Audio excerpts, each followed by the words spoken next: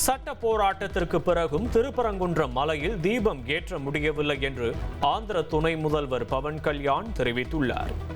ஒரு புனித நாள் கொண்டாட்டத்தை வேறு நேரத்திற்கு மாற்ற முடியுமா என்றும் அவர் கேள்வி எழுப்பியுள்ளார்.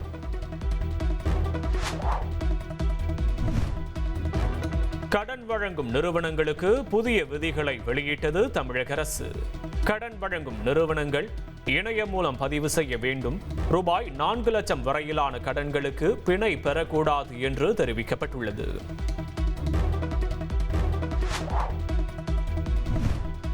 பாபர் மசூதி இடிப்பு தினத்தை முன்னிட்டு சுற்றுலா பகுதிகள், கோயில்கள் மற்றும் மக்கள் அதிகம் கூடும் இடங்களில் பலத்த போலீஸ் போடப்பட்டுள்ளது. ராமேஸ்வரம் அடுத்த பாம்பன் ரயில் பாலத்தில் துப்பாக்கி ஏந்திய போலீஸ் பாதுகாப்பு பணியில் ஈடுபட்டுள்ளனர்.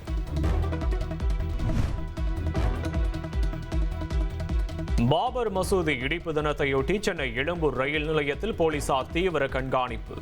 மோப்ப நாய்கள் உதவியுடன் வெடிகுண்டு நிபுணர்கள் சோதனையில் ஈடுபட்டனர்.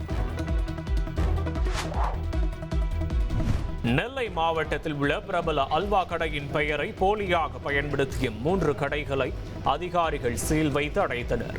பல்வேறு மாநிலங்களிலிருந்து வரும் மக்கள் விரும்பி வாங்கும் அல்வாவை தயாரிக்கும் பிரபல கடையின் பெயரை போலியாக பயன்படுத்தி வருவதாக குற்றச்சாட்டு எழுந்தது.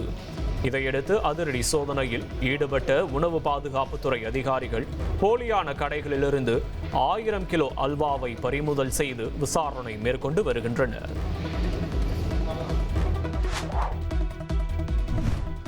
கும்பகோணம் அருகே 12ஆம் வகுப்பு மாணவனை கல் உள்ளிட்ட ஆயுதங்களால் தாக்கிய 11ஆம் வகுப்பு மாணவர்கள்.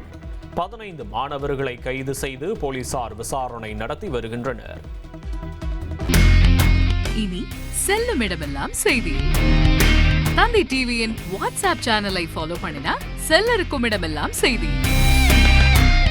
இதோ QR கோட் இப்பவே ஸ்கேன் பண்ணுங்க, ஃபாலோ பண்ணுங்க.